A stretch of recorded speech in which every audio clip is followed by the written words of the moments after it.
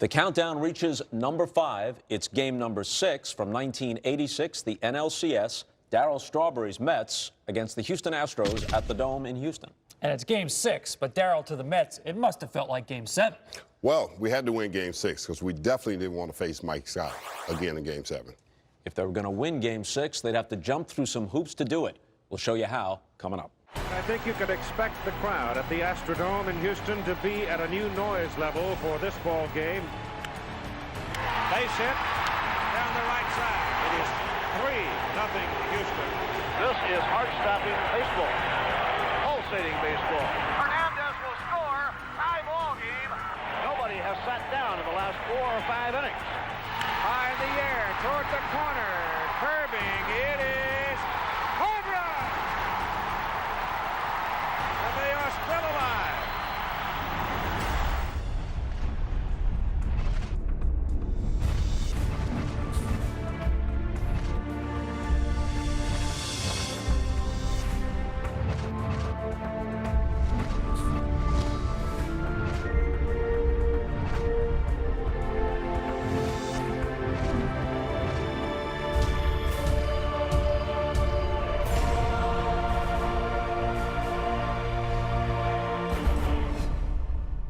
Now, Tim McCarver, let's talk about this ball game. The first one in this series, which could mean an end to the series.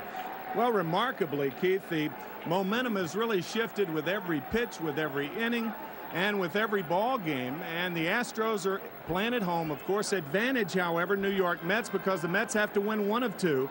The Astros have to win both games. But if the Mets lose today, decided advantage Astros, because Mike Scott will be pitching tomorrow night. Both managers are So, to avoid the daunting prospect of facing the 1986 National League Cy Young Award winner Mike Scott in a Game 7, Darryl Strawberry's Mets would have to beat Bob Knepper's Astros in this Game 6 at the Astrodome. And, Bob, you were the starter for Houston. Yeah, I was. Was a starter, not the finisher. Well, you almost got there, as we'll see. Let's talk about the way everything played out leading up to this. Darryl, your Mets had come close against Whitey Herzog's Cardinals in 1985, lost a tough divisional race. You blew everybody away in 1986, won the division by more than 20 games, and cruised into the LCS against the Astros. Well, we went into spring training that year, and Davey Johnson had mentioned to us from day one that we were going to dominate. And, of course, we believed it, after coming up short the year before against the Cardinals. And basically, we just felt like we had the team, and we were ready. We were ready to go to that next level. That's why I thought when you got into this NLCS, there was some pressure on you because you were the dominant team. And knowing that Mike Scott was one pitcher looming over this whole series when he pitched and even when he didn't pitch, I thought put some pressure on the Mets. I think what happened in that series with Scott, he got into everybody's head, and we started thinking about it all in the dugout and everything, stuffing the ball, this and that. He was the Cy Young Award winner. He won 18 games. His ERA was 2.22, but it was more than that. He had gone from, at best, an average pitcher to a dominant pitcher.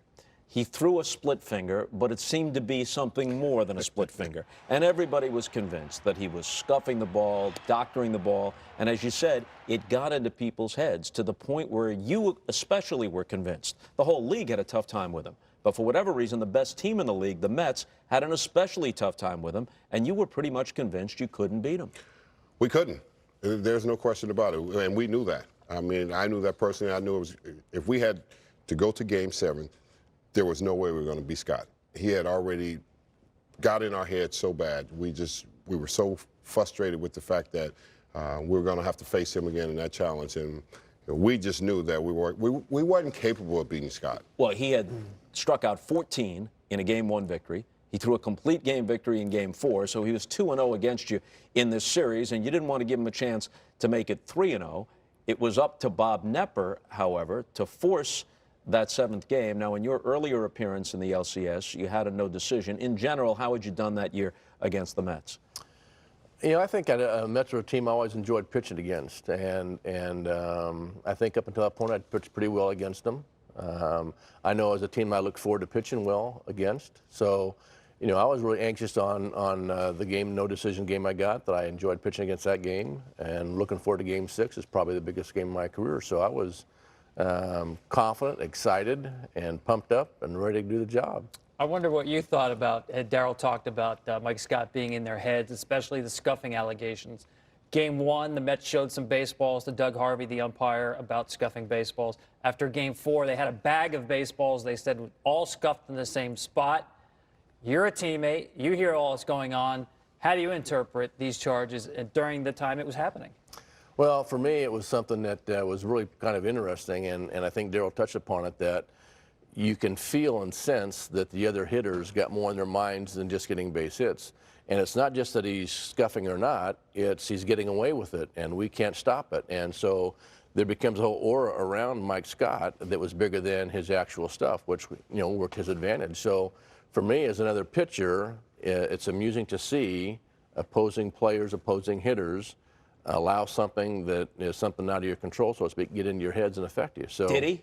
Did he scuff the ball? Well, everybody knew it, so I can't, make any changes there. Everybody said they were suspecting it, and I think you'd have to ask Mike to get the lowdown, but I would say, yeah, he was.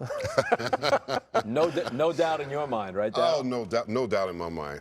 He definitely was scuffing the ball, and his ball was moving so much. I had never faced a pitcher ball move as much as Mike Scott ball. Okay, last thing before we get to this game. In Game 5, the Mets had won after you tied it with a home run. The game eventually goes to extra innings, and Gary Carter gets the winning hit off Charlie Kerfeld. Remember Charlie Kerfeld, sort of a John Daly-looking guy, a boisterous, fun-loving guy who during the series was quoted as saying the following: "People in New York have black teeth, and their breath smells of beer, and the men are even worse." That's Charlie. That's the worst. That's the worst thing you can say. And he had to Charlie. come to New York, and he had to hear about it coming into New York. That's Charlie. All right, well, now we're at the Astrodome as we take a look at the lineups, starting with the visiting Mets. Mookie and Mitchell, Hernandez, Carter, and Straw in the middle. Knight, Tuffle, Santana, and Bob Ojeda is the starting pitcher. Mets are managed by Davey Johnson. Astros are managed by Hal Lanier. Here's Lanier's lineup for that Game 6. Doran and Hatcher and Garner. Davis is the cleanup man. Kevin Bass behind him. Longtime Astro Jose Cruz. Alan Ashby is the catcher. Dickie Thon at shortstop.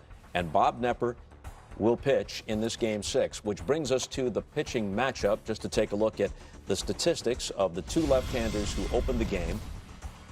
Ojeda was 18-5 for the year, ERA of 2.57.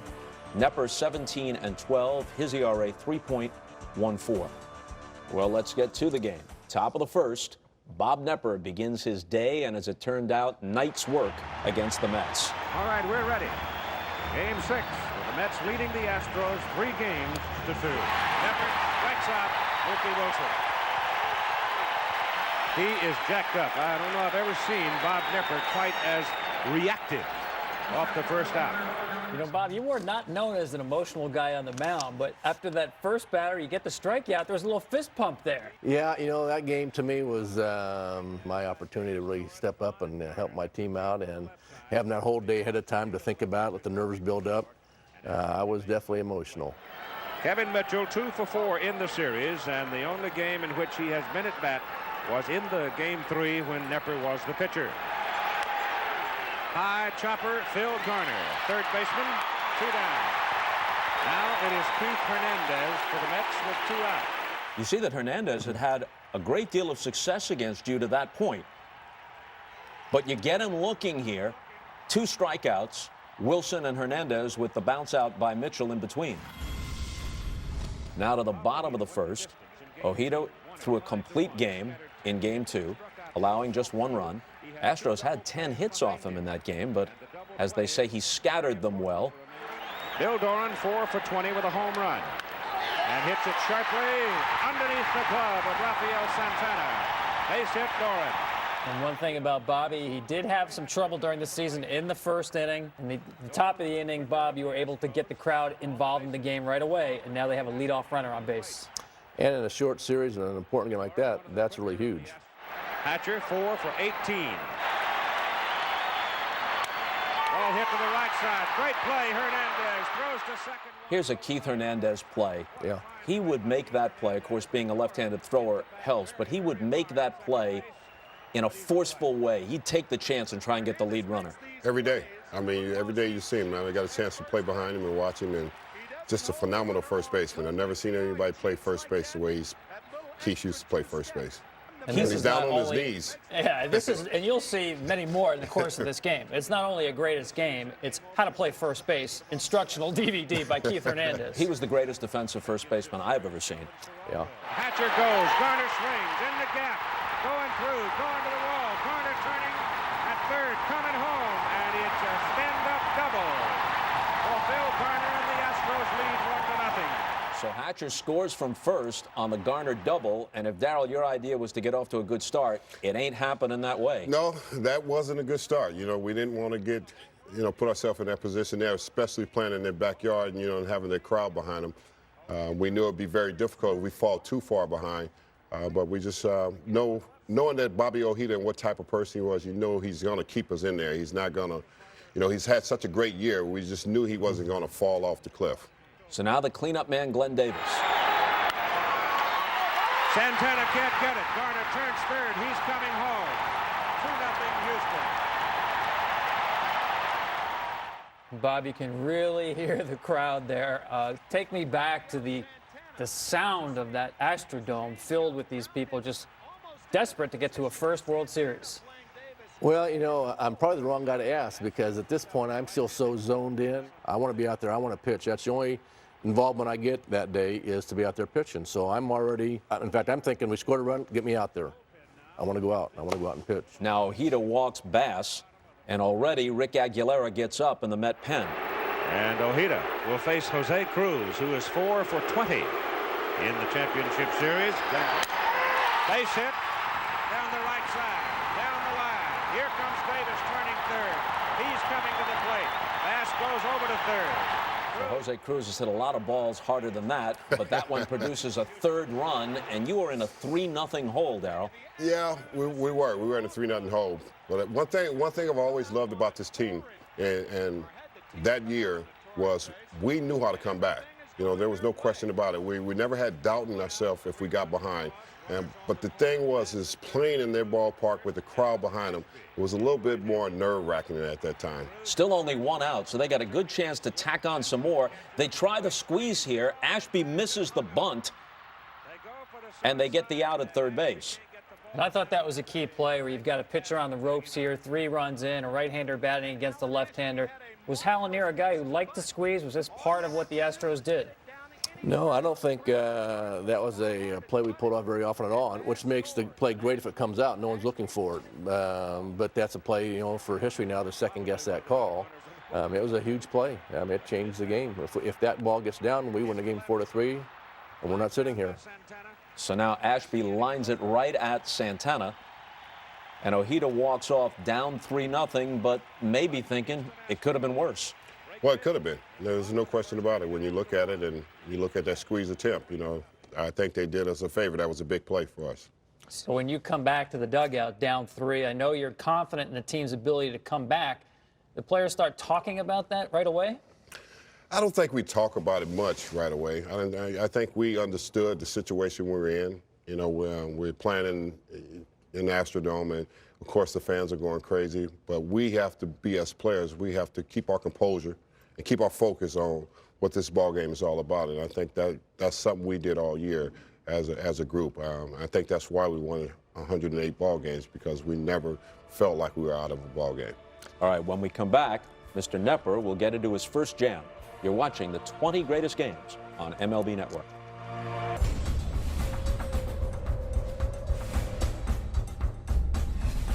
The second inning was scoreless. It's still 3-0 Astros. Top of the third, Tim Tuffle at the plate for the Mets, facing Bob Knepper. Shortstop, Dickie Thon. Dickie Thon with a nice play to throw Tuffle out. This will bring up now Rafael Santana, the shortstop. Up the middle, base hit, Santana. All my hits in that game were on 2-strike pitches, which is a cardinal sin to be doing that, but I did it. got away with it. Well, that was the Mets' first hit. Yeah. And Ojeda, the pitcher, stands in. Bunt is down. Garner has it, gets the lead runner at second base. Ojeda trying to bunt for the sacrifice, but they cut down the lead runner. The bunt play on artificial surface, unless you make a perfect bunt, is almost non-existent, especially with a third baseman who is aggressive in charging like Phil Garner. Tim McCarver making the point that you bunt it hard on artificial turf. It came right to Garner in a hurry, and he was able to get the force at second. Well, because he's already charging, so that's a pretty easy play for him to be up there to make the play. 4-0 now. And you lose Mookie. Knepper is way wide of the mark on that pitch. So now Kevin Mitchell. This is a key part of the game right here. This is a game where I need to get this guy out.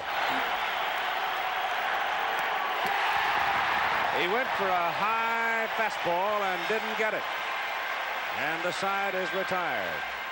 You know, you can see your emotions in the game now. You know, another punch out, another pump of the fist, maybe a couple of them there. It sounds like there's a lot invested in this game, not just for the circumstances of the series, but for you personally. You were a guy who spent a lot of time in the minor leagues to get to the big leagues. I think one year you won 20 games in the minor leagues.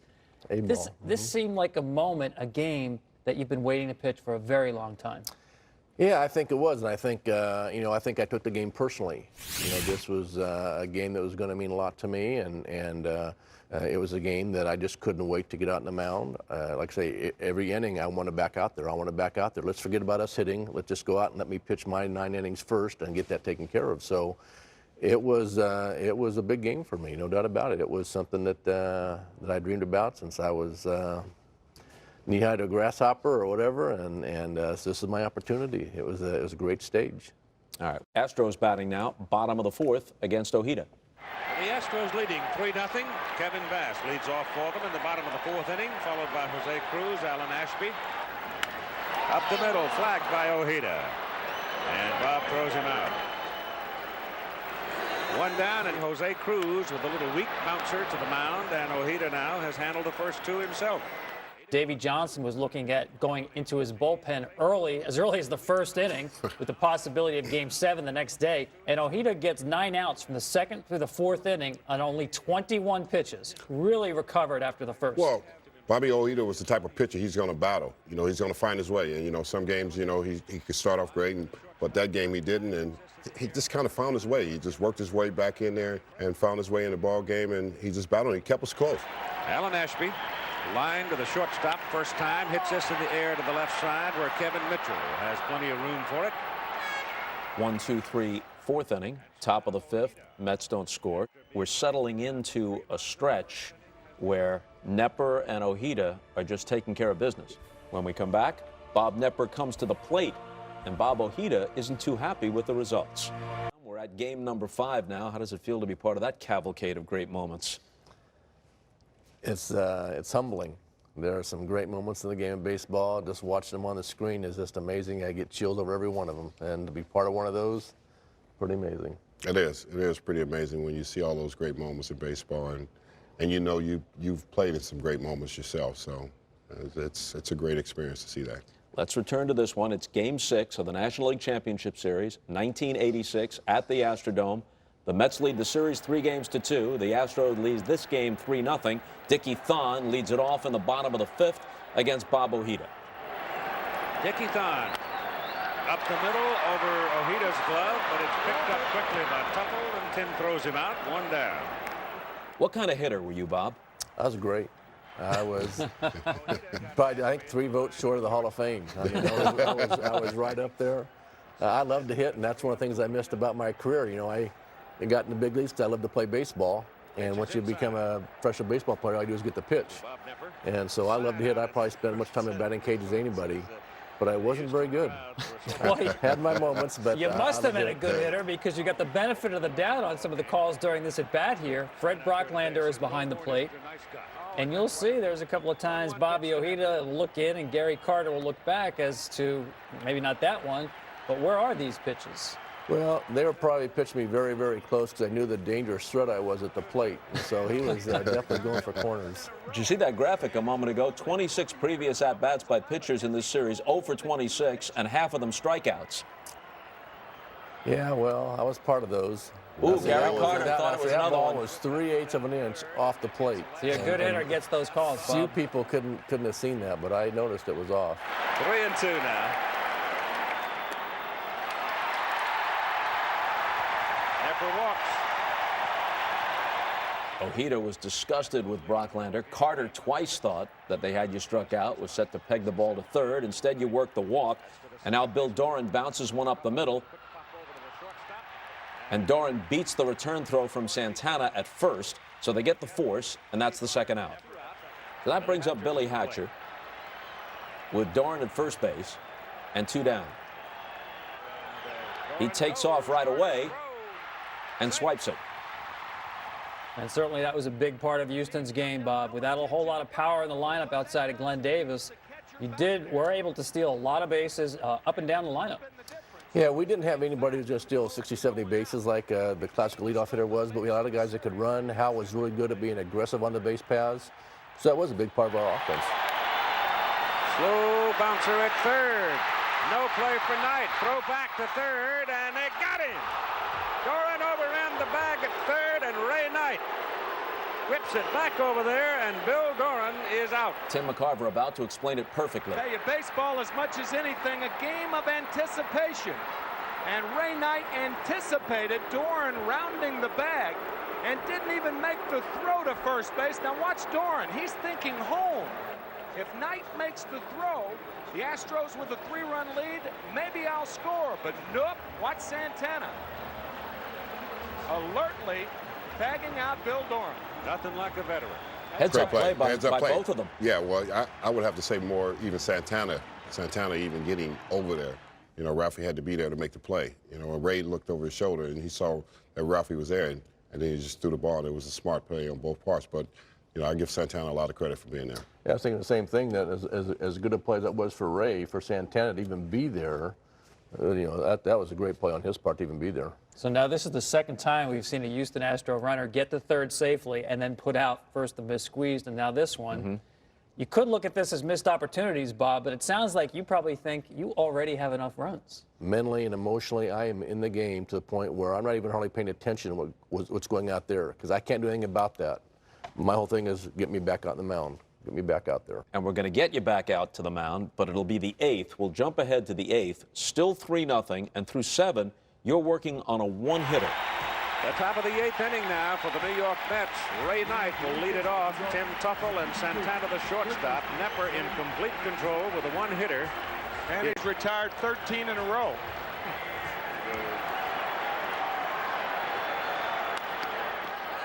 Shortstop Thine.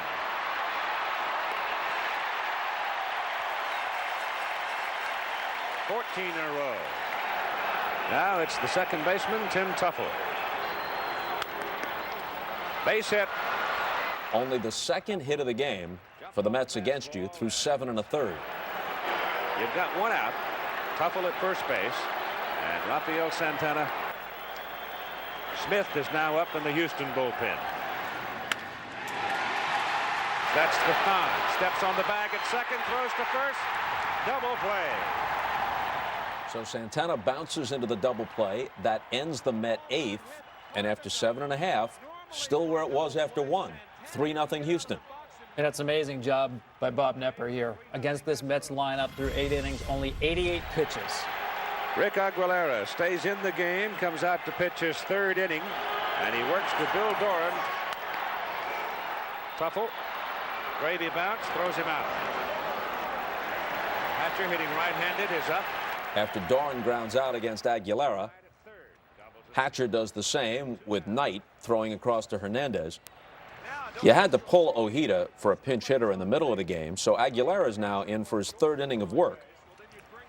Well, Rick was always a pitcher you can depend on. Davey had a lot of confidence in him, and we as players had a lot of confidence in him because we played behind him a lot. Walling hits it to Tuffle. And Tim gets his 2nd put out of the inning. Side is retired in order. They go to the ninth, same score as after the first, 3-0, and Bob Knepper working on a masterful two-hitter. When we come back, the Astros are 3 outs from tying the series. The Mets, therefore, are 3 outs from having to face Mike Scott in Game 7. We're back with the ninth after this.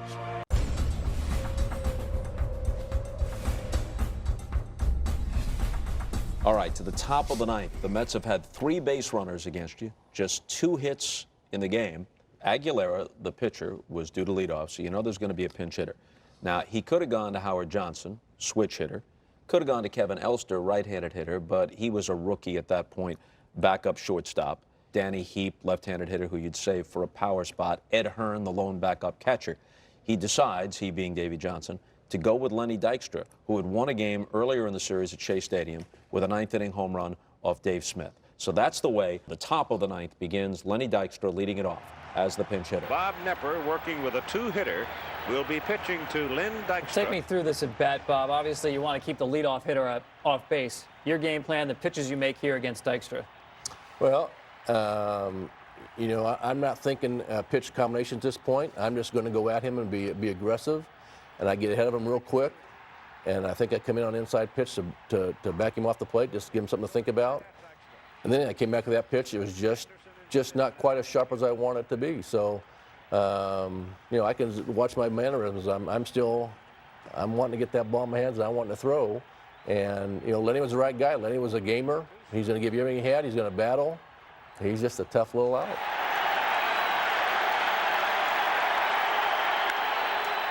Lifted, right center in the gap. Hatcher on the move, can't get it. Dykstra pumping around second, heading for third. He'll stand at third with a triple. Did Hatcher misplay this ball? I don't think he misplayed it. I just think that, you know, when you look back and how our defense was played, we had Hatcher playing over to left center, Kevin Bass down the right field line, so that was just a huge gap in the right center field, you know, alley, and he just put the ball in a perfect spot. But again, that's a guy I need to get out. He has no business getting that hit off me. That was my bad. That was just a pitch that was not where I wanted it to be. And here I should be throwing from the windup. Little bleeder off the glove of Gorin. And Dykstra ambles in from third. It's a 3-1 ball game. It's just a game of inches. Game of inches, as And we again, we always talk say. about positioning, and because of Mookie's speed, Doran is really not that deep. He broke came in for a ball that winds up going barely above his glove. Yeah. So now Kevin Mitchell. That's a high chop, cut off by the third baseman Walling, who throws out Mitchell. The Mets to this point have 4 hits off you in the game, 2 of them in this inning, all 4 hits with 2 strikes on the hitter. Yeah, I've thought about that a few times, too, through the years. Those are things that, even though they weren't 0-2, thank goodness, each of those guys I have in my position where I want them, and I don't make the pitch. Now, this was interesting. Hal Lanier, I never thought of as an emotional guy. He looks exasperated here. His body language at this point in the game, a little extreme for a manager. He was the most emotional manager I ever played for. Wow. Yeah, he was off the charts in his emotions sometimes. All right, 2-1 to Hernandez. Ball is hitting the gap. Hatcher's on his horse, going, can't get it. It's against the wall. Here comes Mookie Wilson, round third. He will score. Hernandez at second with a double. It's a 3-2 ball game. And that was interesting because Lanier gave the signal for no doubles defense to keep the tying run off of second base, and this ball goes over the outfielder's head. A lot of questions. I don't have any answers. I think what Hal was also saying is, in the event of a sharp single, don't throw to the plate. Right. Hit the cutoff man and keep the him at potential first. tying run at first base. Don't worry about the second run. Well, you're looking at the position. You would never think Keith would pull the ball, you know, in that situation, because Keith is more of a line drive hitter, and he looks to go the other way in those type of situations. And that was a big double there. You know, he pulled it, and, you know, Hatcher was probably playing him a little bit more over. That's why there was so much room out there at right center. So you acknowledge the standing ovation, but as you walk off, mixed emotions? No, they're not mixed at all. I'm really ticked. There's no mixed at all. I don't want off the mound. I'm upset the way things have gone. I want to finish that game. I want to pitch. And it's not so much I'm second guessing, and just emotionally, I belong out there. That's my game. And now I'm taken out of it. So, yeah, I'm not a happy camper. Now, Gary Carter's the next hitter, right-handed batter, so you can understand, although Strawberry's on deck, you can understand why, for this hitter at least, he wants Dave Smith, right? And that's why I want them to put me at first base for one hitter and get me right back out there for Darryl. And you know, but even with Gary, I mean, Gary is a great hitter, but I had good success with him my whole career. I'm pitching well. I've made a couple, you know, mistakes there by inches in that inning, but that's where I wanted the manager to come out, or a third baseman to come out and say, hey, steal your ball game. This is your game. You step up and get the job done. And so, you know, so for the next 7 innings, I have to sit there on the bench wanting back out there to pitch. I want back out there. I want back out there. And it's frustrating. No, I can't be back out there. What, if anything, was said when he came to take you out? I don't think he said a word. Just took the ball? Yeah. Yeah. And did you say anything? I don't think I said a word. I never, you know, would say anything. It was his decision. I just know that I was really frustrated and upset that I wasn't able to finish this game and close this game out.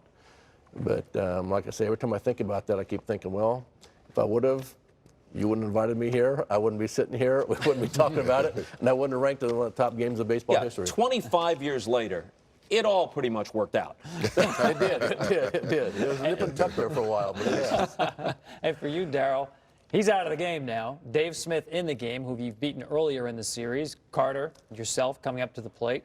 How do you like your chances right now? Saying yes. A great opportunity because Knepper was pitching a great game, you know, until that 9th inning came. And we got a little rally going. And, you know, for them to take him out in that situation, you got to be thinking, yes, we got a chance. Okay, Hernandez at second base, 2 runs in, 1 out, tying run represented by Hernandez. Dave Smith in to face Carter. Walked in. And that was a great at-bat by Carter. 7 pitches, all of them fastballs. Worked out a walk, passed the baton to Darryl. Walked in. The bases are loaded. The tying run goes over to third with 1 out, and Ray Knight coming to the plate.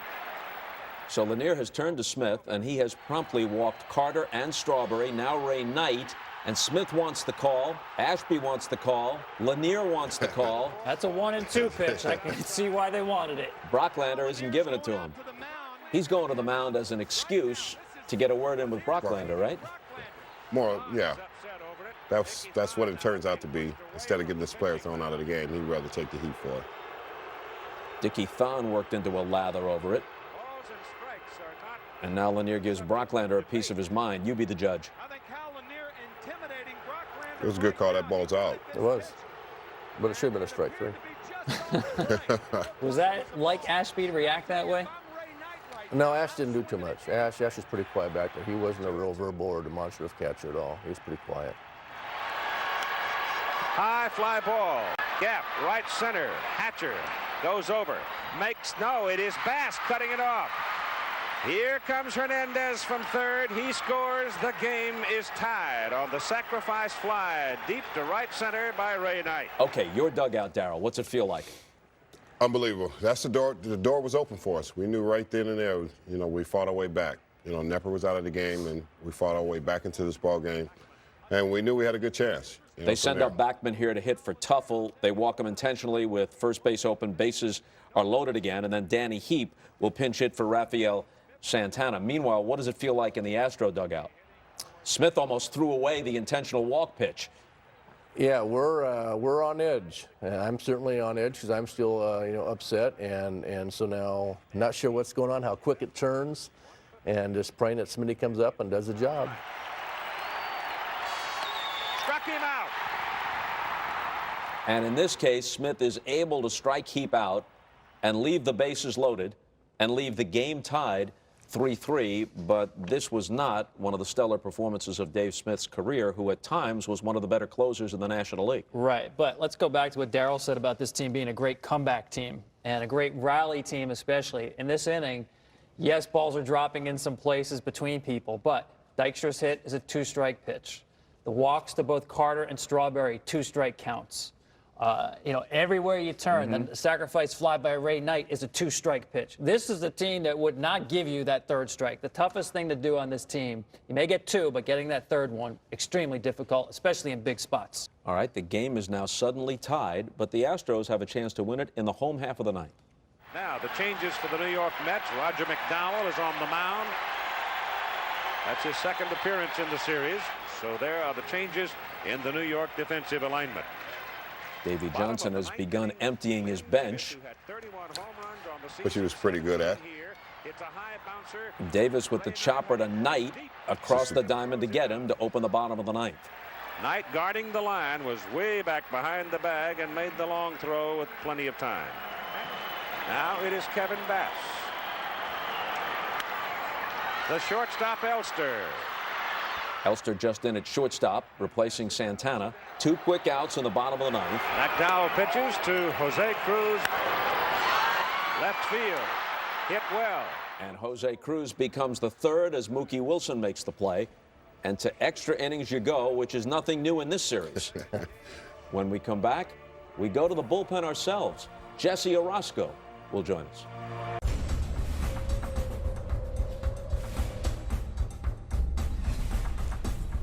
As we return to game number 5 on the countdown of the 20 greatest games of the last 50 years, Jesse Orosco, who holds the all-time record for most appearances by a pitcher, makes another one. This is number 1,253 of his illustrious career, and eventually you knew that you would get into this game. You just weren't sure exactly when that would be. Yeah, everything came up quick, and it was quite a surprise.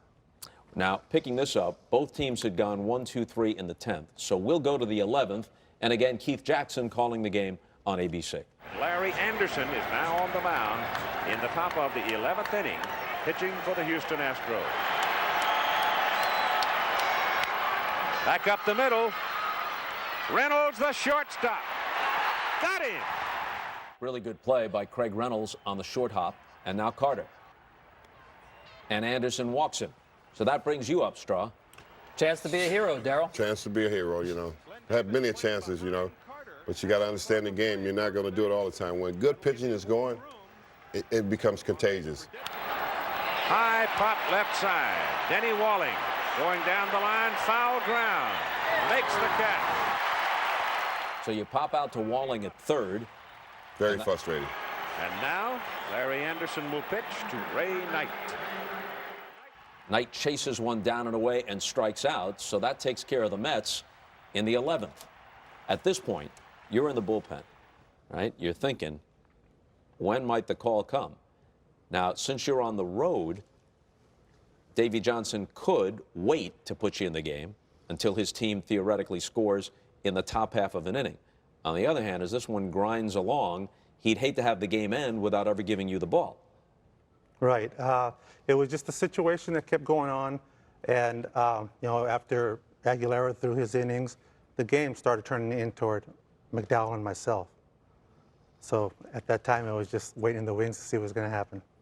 Was it a case of when McDowell had pretty much thrown as many innings as he could, or were you ready to come in at any point? I was ready at any time. Both Roger and I were capable of throwing 2, 3+ innings, so we were both prepared. All right, bottom of the 12th, McDowell still working for the Mets. Glenn Davis steps in. One swing could end this game. You know that every time he's up in extra innings. Ball bounces as he swings and misses on a sailing slider or a sinker, and it is out number 1. Over the mound, bouncing into center field, base hit for Bass. That hit by Kevin Bass breaks a string of 18 consecutive Astros retired by Aguilera and McDowell. McDowell threw 5 innings, allowed just that 1 hit. Jose Cruz is the next hitter. Bass goes.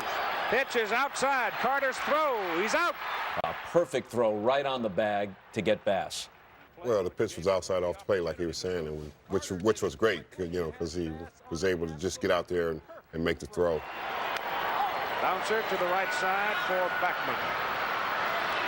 Now, at this point, Bob, an hour or so has gone by since Hal Lanier came to the mound and took you out. Where are you? I'm in the dugout wanting to get back in the game. I don't think the rules allow that. You're petitioning for a change in the rules? Yeah, somehow. Can we appeal something here? Yeah, it's such a frustrating position to be in, to be in that dugout, have already gotten your shot out there, and you can't get back in. You just can't get back in. And so it's a pretty frustrated, helpless feeling to not be able to help your team win. But it was such a great game that at this point, I'm able to get back out of my little zone and enjoy, to a sense, just the awesomeness of this game. I mean, these are two great teams having a battle of the wills, and you know it's going to be one little thing that's going to turn the game around, whether it's, you know, Kevin getting that base stolen, maybe base hit's going to, you know, being a home team, we can take those chances. We can gamble because if we win, the game's over. So it's an emotional roller coaster in that dugout. All right, when we come back, the Mets try to end the series, but Billy Hatcher has other ideas. Here we go, Jesse. Yes, waiting for it.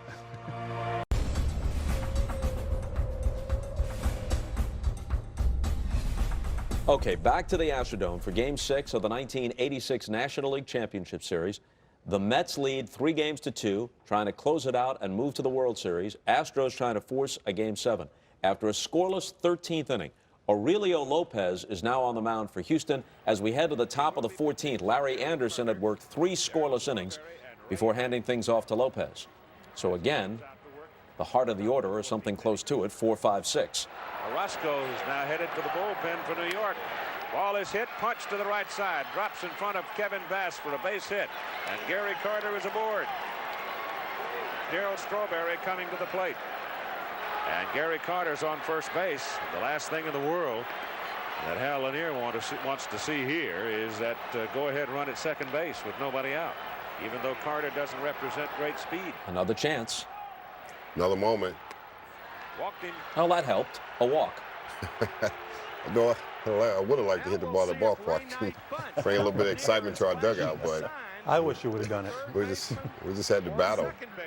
We've got an obvious bunt situation here to try to get the runner to third with less than 2 outs. Now he shows bunt and puts it down, and the pitcher Lopez has got to make the play to third, and he got him.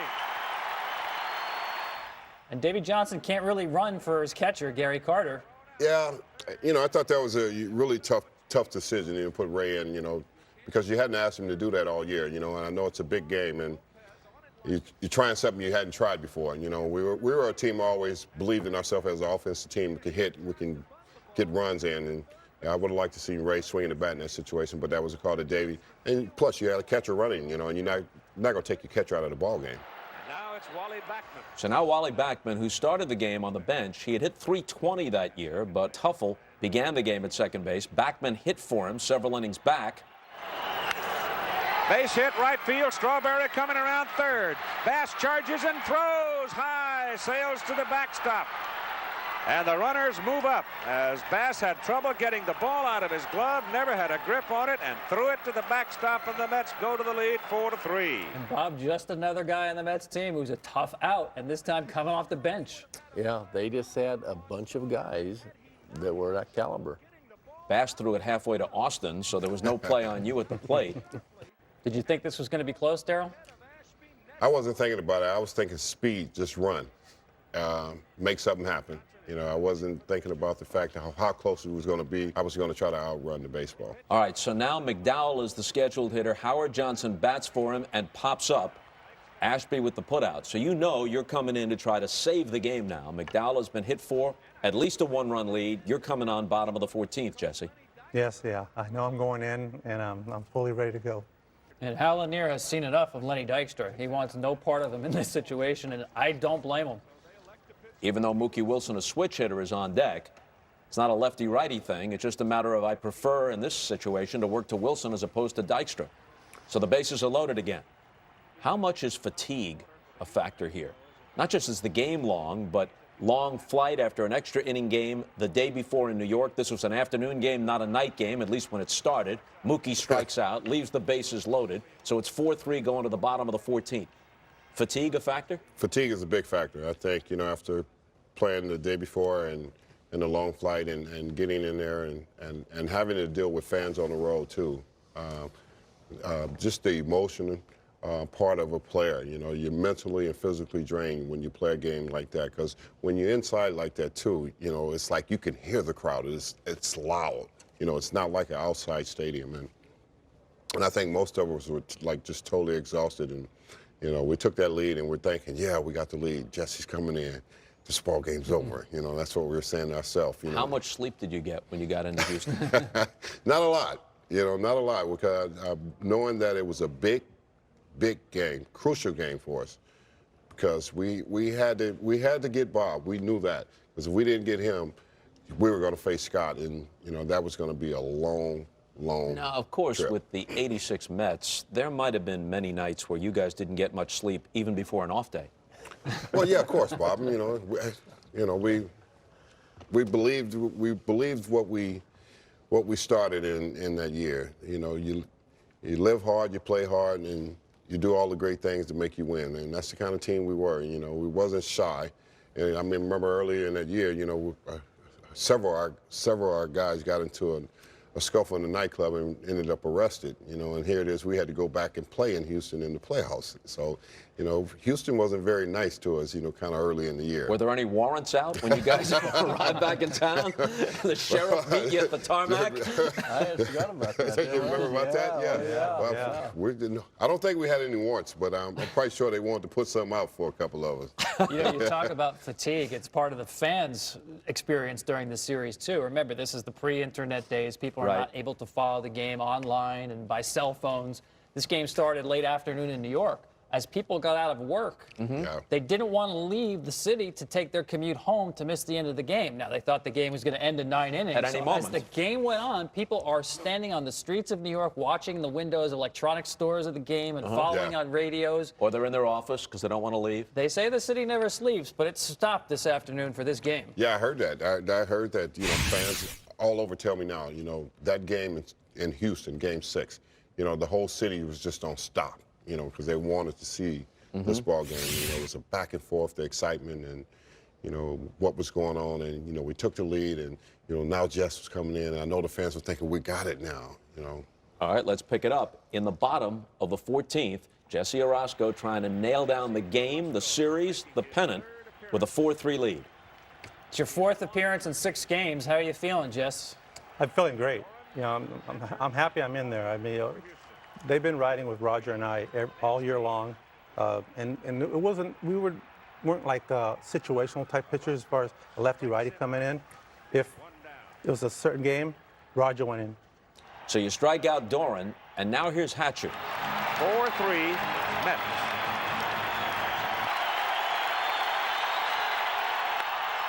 High in the air, toward the corner, curving, it is home run!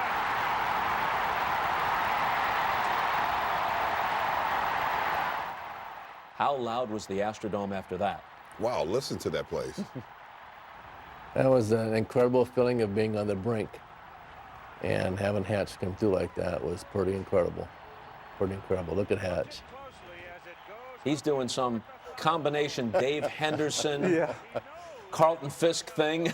And maybe a little Michael Jackson throw. Yeah. But, you know, part of it was because it was so stunning that it came from Billy Hatcher. Very good ball player. Only had 8 career home runs at that point, 6 during the '86 season.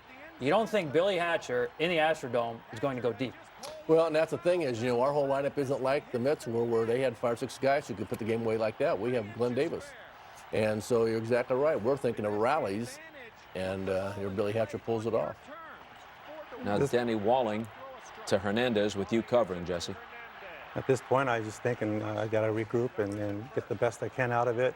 I know I'm gonna stay in the game, but there's going to be 2, 3, 4 innings.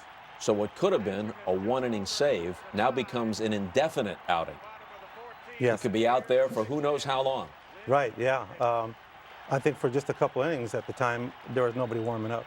So basically knew it was going to be me. Home run threat Davis pops to Backman and on to the 15th. All right, when we come back, Darryl Strawberry will be in the middle of a big Mets rally. Tell you what, Beowulf was the epic in literature, and in 10,000 years, maybe if somebody sees a tape of this game, it may be the epic of our society as we live in it today. The rare Beowulf reference from Tim McCarver as the game rolls on. Neither team scored in the 15th. So let's go to the 16th, still tied at 4, and the Mets at bat. And Darryl, you lead off in the 16th. I don't know if you recalled that, but you're about to see it. There you go. Yeah, I do recall that. I think hit a ball off the end of the bat, and Hatcher broke back. Fly ball, center field. Hatcher coming in, coming in, coming in, coming in, coming in. Doran going back. It drops between them. Strawberry turns second and holds on. AstroTurf hop. Oh, my goodness. Yeah. You know, when I saw him break back, so I knew I had a chance. That's a great point, Darryl. With your long swing, it looked like maybe if you squared it up, obviously the first reaction would be to move back, but obviously ended the bat, and Hatcher got fooled by the big swing. Yeah. And Ray Knight at the plate. Shows no indication he's going to put it down. Hits a base hit to right field. That's going to bring Strawberry home. Bass's throw offline. Strawberry scores and Knight goes to second. Bass uncorked some dubious throws from right field in this game. Well, and that cost him 90 feet here with Knight moving up, and the double play comes out of order Right. now because obviously he's trying to get Darryl at the plate, but the throw is not on line. Goes up the line. Had it been on home. I just kind of figured being a base runner, you know, I was always aggressive and putting pressure on. It's amazing looking back in that game. I haven't watched the whole game before, but how many little mistakes we made here and there that some we got away with and some we didn't. But we made a lot of little mistakes, and for a team to depend on its pitching so much, you just can't make those. You just can't make those. So here's Backman, switch hitter, turns around to the right side as Calhoun comes in to replace Lopez. Bob, this surprised me, the choice of Calhoun here. He was a guy who pitched only 3 times all year in a close game late and only thrown 28 innings. You had Deshays, you had Darwin, who had thrown in the 8th inning, who had been effective pitchers for you, and the game is now in the hands of a very inexperienced pitcher not used to these spots. Who immediately uncorks a wild pitch. Yeah, that's you know, that's one of those calls where sometimes a manager has a feeling, a gut feeling to go on, and I think that's one of the things they've looked at through the years and thinking the guy had the year Deshays had never saw an inning, and again, hindsight. And this is the first time Calhoun has pitched in 10 days. So it's understandable why he might not be finding the plate. So he throws a wild pitch, then he walks Backman, and Jesse, something you weren't that often called upon to do, grab a bat here. Yeah, I didn't handle the bat very much in my, I've been about 5 years in the big leagues, but didn't get many at bats. Pitches outside, gets away from Ashby, comes to the backstop, Knight scores, and it is 6-4 Mets. The ball gets away, Knight scores. And another one of those little things, Bob. Yeah, just in a And game all I was like trying to do this, is get it to the third base side to advance them. And when this ball did get away, I was still in that same mode to do the same thing and try to get Wally to third. That was a ball Ashby normally would handle. Now look at this bunt, right down the line, hugging the turf. Winning bat probably the whole year. So Backman moves up to third. 2 runs are already home, and the hitter is Dykstra. Off Davis's glove into right field. Base hit. And Backman scores from third. And it is 7-4 Mets. Baseball is such a game of inches. It's just the little things. If you don't do the little things, then all of a sudden the floodgates usually open up. And I think as players, we all know that. You don't make the play, don't make this play, all of a sudden things start to happen, and before you know it, you're out of a ball game. To Doran at second. Over to Reynolds, back to first. They turn the double play, but 3 big runs score. yeah, it's a feeling of impending doom because all of a sudden we realize the game's slipping away, and not just by a run. We've got a couple runs down, and we don't have an offense that normally scores gumps of runs, and so we're nowhere up against it. Well, you're not only down, but if it winds up as a defeat, it's a galling defeat. A game you led 3-0 in the 9th, a game where, as you say, looking back on it, there's all these little things that could have happened and didn't, little misplays that all come back to haunt you. They really do, and I think that's one of the things that, and Darryl may have a little more insight on this, but I think Jess and I would say that for a pitcher, it seems like that you have so much more of that responsibility in your hands, and so, I'm thinking this whole time, I'm thinking if I just would have, we wouldn't be here. And so that's something you just, it's part of the position of being a pitcher. All right, when we come back, the bottom of the 16th, and the Astros aren't ready to quit. In fact, it gets to the point where Keith Hernandez almost winds up threatening Jesse Orosco. We'll explain when we come back.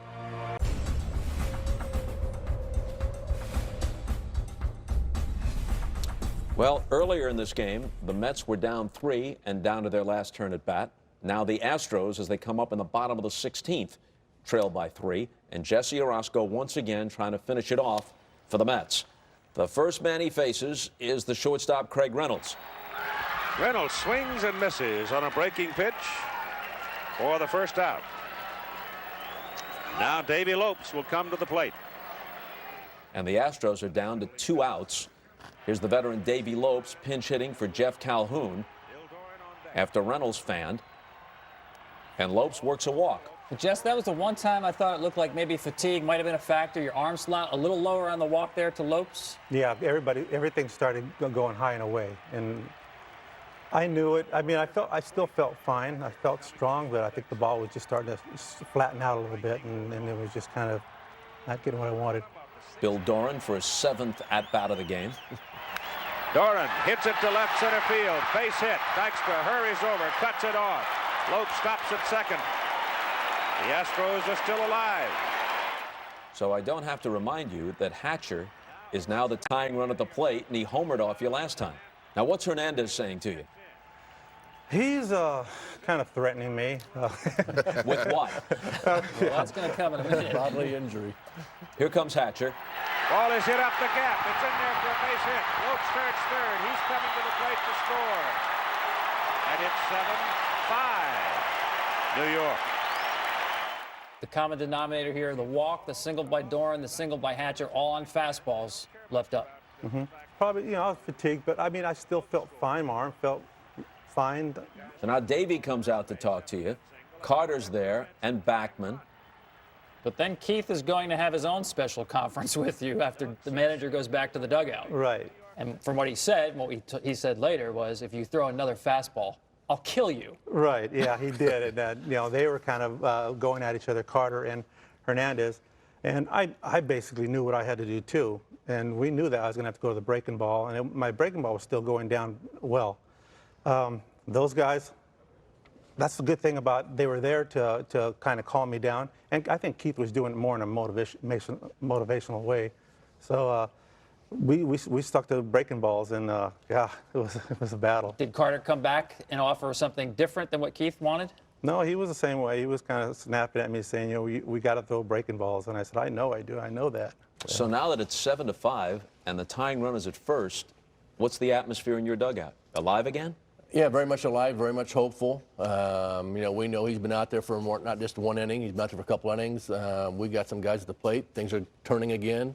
So from being on the brink, we're back in there, and so we're alive. We're ready to go. We're looking for some of these guys to come through with another key base hit. This is Jesse's 3rd inning of work. He's obviously laboring a little bit. It's 7-5, 1 out, 2 on. Denny Walling is the next hitter. Roll to the right side. Hernandez has it. Goes to second. Again, the aggressive play by Hernandez. He knows that's the tying run. It's a close play, but he cuts down that middle runner. Tying run is at first base. They need 2 to tie. 7-5. Davis hits it at center field. Dykstra coming late. Got a late start. Dropped in front of him. And they are still alive. It is 7-6 as Doran scores from third. Well, one more look. Yeah, well, you got a big power hitter, and Dykstra, took a break back. But what impressed me more than anything was he kept the ball in front of him. He didn't let that ball get past him. So yeah, Walling doesn't even get to third base. And with 2 outs, he's running on contact there. But we noticed there, Jesse, all breaking balls. In fact, true to your word and Keith's admonition there, 11 pitches after that meeting from Keith, all of them breaking balls. Yeah, well, they always say, what's the best pitch in baseball? Fastball. Well, not in that situation. Well, you got to figure Kevin Bass, the next hitter, has been paying attention. He knows not to look fastball now, right? Right, yeah. I mean, I'm going to throw him. I'm sure he's aware of it. It's just a matter of where I throw the pitches at. So now the tying run is at second. The winning run is at first. 2 runs have come across in this mind-boggling game. It's now 7-6. The Astros are down to their last out, but you're watching this game. We both recall watching it. Were you there? I was not. Actually, I was covering the American League Championship Series, and I kept waiting. I wanted the game to end so I could get to Fenway Park to watch that game. And at some point, I said, I'm actually going to miss this American League playoff game because this darn thing's never going to end. The World Series was on NBC that year, so all of us involved in the NBC coverage are just watching ABC's coverage of the two league championship series, trying to figure out which teams we'll be covering next and trying to take note of as many things that happen as we possibly could. And this one just about had my head ready to explode. I mean, it was just one of the most amazing games ever. All right, the Astros are down to their last out. And I still felt I had good tilt in the ball. The ball was going down well. And I had gotten Kevin the first time up with basically that breaking ball I threw down and in. I threw a couple of them to him at that time, and then I was fortunate to kind of have the same pattern. 1-1 to Bass, who at this point is 1 for 5 in the game. Same pitch. Same pitch. Well, I don't care. You can tell them it's coming, Jesse, and that's the kind of breaking ball they're not going to hit. Yeah. Well, like I said, I think he knew that it was coming, and especially that he saw already 5 or 6 from before he came up to the plate. Checks his swing. 2-2.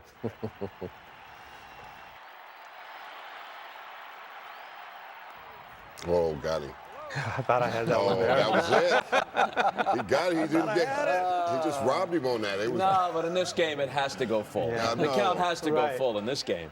But see, now, that was like most of the time you might not see a 3-2 breaking ball in a situation like this. 3-2 to Bass.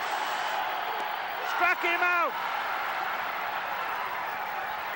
Kevin Bass swinging strikes on 3 breaking balls, and the New York Mets have won the 1986 National League pennant. What a feeling. Yeah. 54 pitches you threw, Jesse. Oh, God. I can count that as a start in my career. So you guys have gone down to your last swing. You lose it 7-6. A, what's it like in the immediate aftermath? And B, how long did it take to get over it?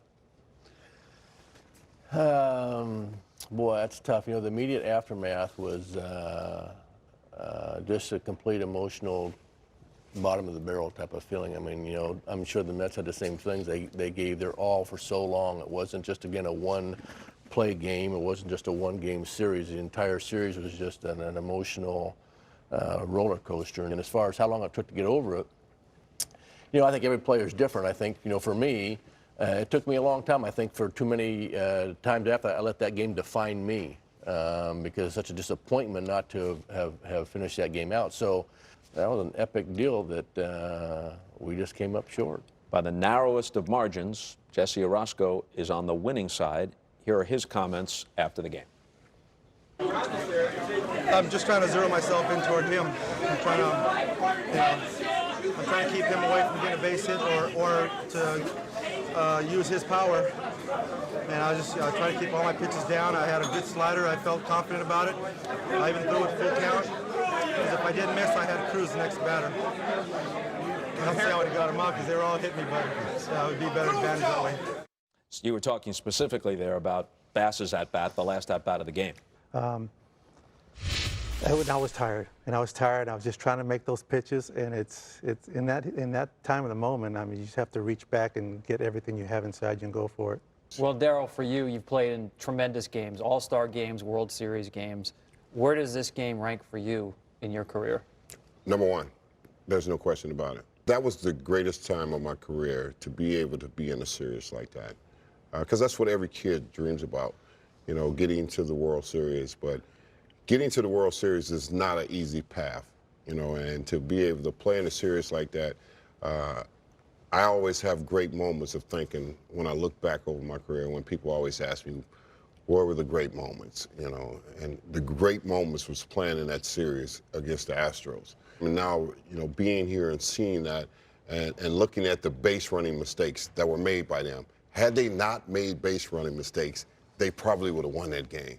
You know, they never would have been in that situation. I know Knepper sits here and put a lot on himself, but, you know, he pitched one of the finest games against one of the greatest teams. That's probably going to be of one of the greatest teams of all time, that 86 ball club. And he shut us down you know, and when he went out, you know, he had nothing to, you know, drop his head from. Could you watch the World Series, Bob?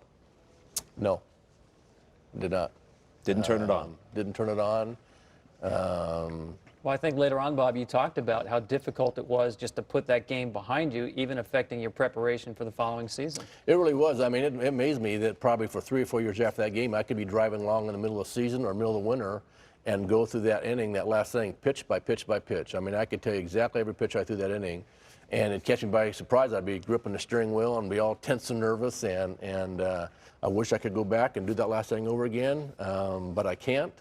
And so I appreciate the opportunity I had to play in one of the greatest games in the history of the game.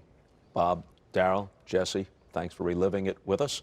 Tom, as always, we're in the home stretch, folks. That was number 5. Join us next time for number 4 on the countdown of the 20 greatest games of the last 50 seasons.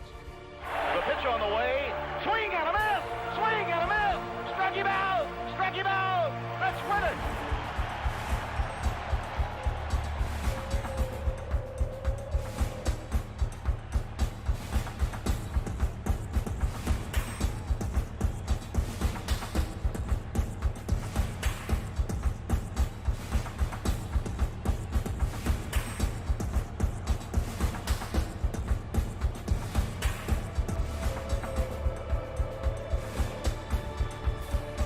The New York Mets have won the 1986 National League pennant.